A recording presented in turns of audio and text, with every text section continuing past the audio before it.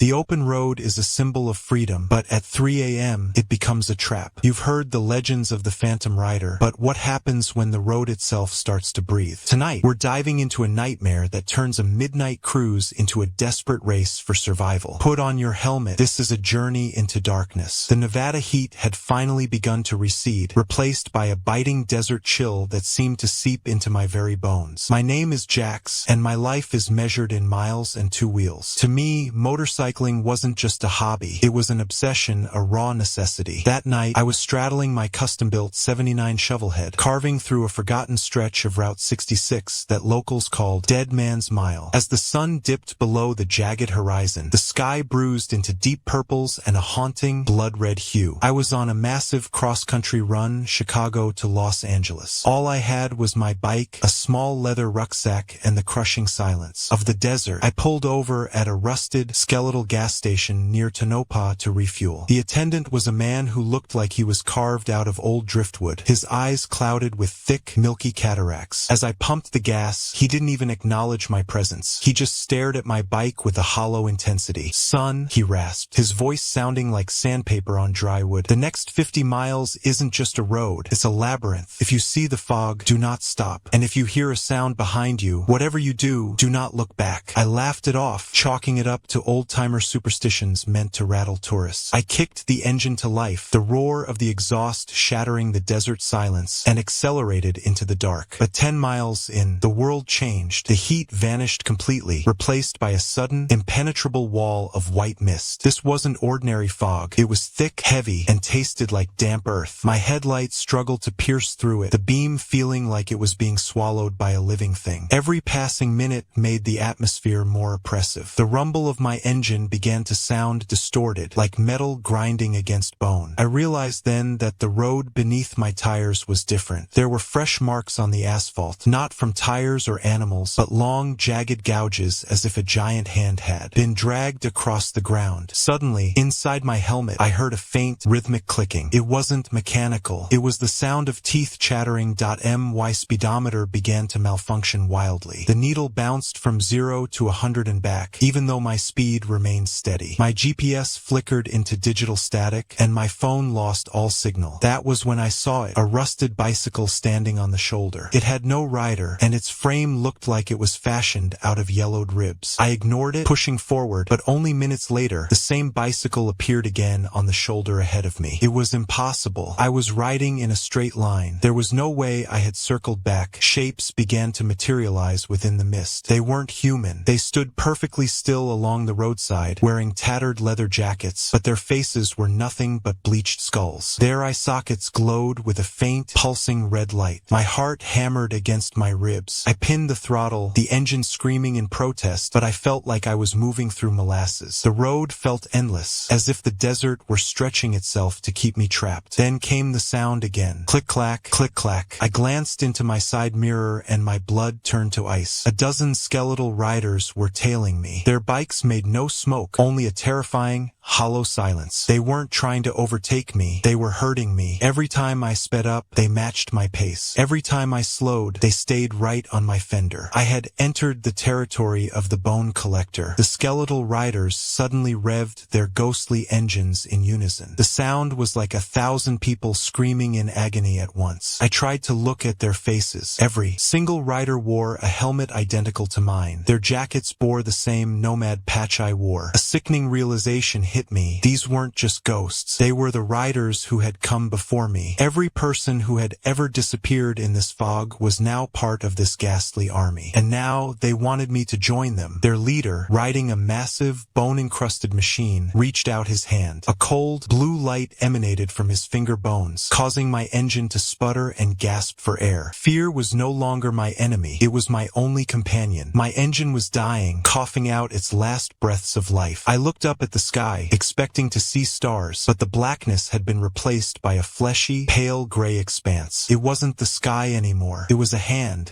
so gargantuan it could have crushed the entire mountain range in its palm. The fingers were pale and cold, descending slowly from the atmosphere like pillars of ivory. It was hunting me. I was nothing more than an insect on a tabletop. The skeletons behind me began to close the circle, forcing me toward the center of the road. I veered off-road, the tires kicking up what I thought was dust, but it wasn't dust. It was a carpet of pulverized bones. Thousands of remains lay scattered across the desert floor. My tires crunched through them with a sound that vibrated through my very skull. I saw an old tunnel ahead, marked Hell's Gate. It was my only hope. I pushed the bike to its absolute limit, the engine screaming as I aimed for the dark opening. Behind me, one of the giant fingers slammed into the earth. The impact was like a nuclear blast. The ground buckled, sending my bike flying into the air. I tumbled through the mouth of the tunnel, just as the mountain above seemed to groan under the weight of the celestial hand. I crawled deeper into the darkness, gasping for air. The tunnel was so black that light seemed to die within it. I looked back and saw the giant fingers clawing at the entrance, too large to enter. I took a shaky breath, but then the tunnel walls began to glow with thousands of emerald green eyes. A stench filled the air, the smell of rotting meat mixed with stale gasoline. I flicked my lighter. Standing before me was my own motorcycle, but it was alive. Veins pulsed through the chrome, and the gas tank was dripping thick, dark blood. I realized then that I wasn't in a tunnel. I was inside the digestive tract of the collector. The walls of the tunnel were not cold stone. They were warm, rhythmic, and pulsating. They began to contract, closing in like a giant throat. I looked down at my hands and let out a silent scream. My skin was turning a dull, metallic gray. My fingernails were falling off, revealing jagged, chrome-like bone beneath. No, this can't be happening. I yelled, but my voice didn't echo. The walls absorbed the sound, feeding on my terror. I ripped off my leather jacket and saw tire tread marks rising like welts across my back. My body was being redesigned into a machine. Deep in the darkness, thousands of bikes lay in heaps, but they weren't just piles of scrap. Every bike was fused to its rider. Man and machine had become a single, agonizing organism. This was the bone collector's true purpose. It didn't just kill you, it recycled you into its eternal fleet. I looked at my '79 Shovelhead. Its headlight flickered like a dying eye, and I could hear it whispering directly into my mind. Jax, we have to ride forever. My hands began to lock onto the handlebars, my grip becoming permanent, my fingers hardening into metal levers. Skeletal riders emerged from the shadows of the tunnel, but they no longer felt like threats. They felt like brothers. They gathered around me, their hollow skulls tilted in a macabre welcome. The red light that glowed in their sockets began to ignite in my own eyes. I tried to hold onto a final human memory, the face of my mother, the smell of rain on asphalt, but the memories were being overwritten by a singular, burning command: ride or die. But here, death was forbidden. Only the ride remained. The far end of the tunnel suddenly tore open, revealing a world that wasn't Nevada. The sky was a permanent, bruised crimson, and the ground was composed of crushed glass and powdered bone. This was the eternal highway, a road with no beginning and no end. I didn't need to kickstart my bike. The engine roared to life the moment my heart skipped a beat. We surged out of the tunnel as a massive pack, thousands of us riding in perfect, terrifying formation. The giant hand in the sky acted as our shepherd, its massive fingers tracing the path through the void. Every time a fingertip touched the ground, a new stretch of road materialized out of nothingness. There was no day or night, only the relentless vibration of the engines and the howling of the cosmic wind. I realized my fear had vanished. When you become the nightmare, you no longer fear the dark. I was a soldier now, a permanent part of the collection. Then, I saw a flicker of light on the horizon, a real headlight. A lone rider on a gleaming Harley was entering the fog on the outskirts of Tonopah. He looked just like I did yesterday, arrogant, free, and completely unaware. To the world, he was a traveler. To us, he was a recruit. My leader looked at me and gestured forward. It was my turn to hunt. I pinned the throttle, letting out a mechanical shriek that blended with the scream of my exhaust. We dove into the mist, ready to bring another soul into the fold. Back at the rusted gas station, the old attendant sat in his wooden chair, watching the morning sun struggle through the desert haze. A car pulled up, and a woman stepped out, clutching a photograph of me. "Have you seen him? He passed through here last night," she asked, her voice trembling. The old man looked at the photo, a flash of pity crossing his milky eyes. "Yes, ma'am. He said he wanted to see the ocean." The woman broke down in tears. "The police found his bike in a ravine 20 miles out, but there was no sign of him. It's like he just vanished." The old man sighed, pointing toward the mountains where the fog still clung to the peaks. "Nobody truly vanishes out here, ma'am. They just become part of the road. On this stretch of 66, if you lose your way, the road finds a use for you." As the woman drove away, a faint sound echoed across the valley. Not the sound of a normal engine, but a rhythmic, metallic clicking. Click-clack, click-clack. If you look closely at the Dead Man's Mile at 3 a.m., you might see a rider who looks remarkably like Jax, leading a pack of shadows. He isn't looking for the coast anymore. He's looking for you. So, if you're riding alone tonight and you see a single headlight behind you that's just a little too bright, don't slow down, because the bone collector always has room for one more. Outro. So that was the story of Jax and the Highway of the Dead. Next time you're on a lonely road, remember, the fog isn't always weather, and the road isn't always asphalt. Are you brave enough to ride the eternal highway? Let us know in the comments if you've ever seen something you couldn't explain on a midnight ride. And remember, keep your eyes on the road.